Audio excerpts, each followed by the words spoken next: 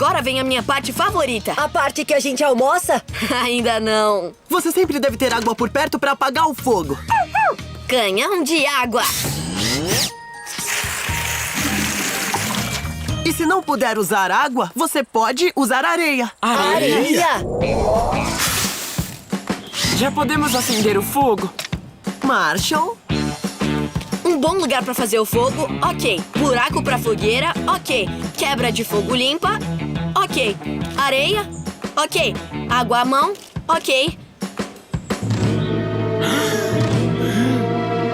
Estamos prontos!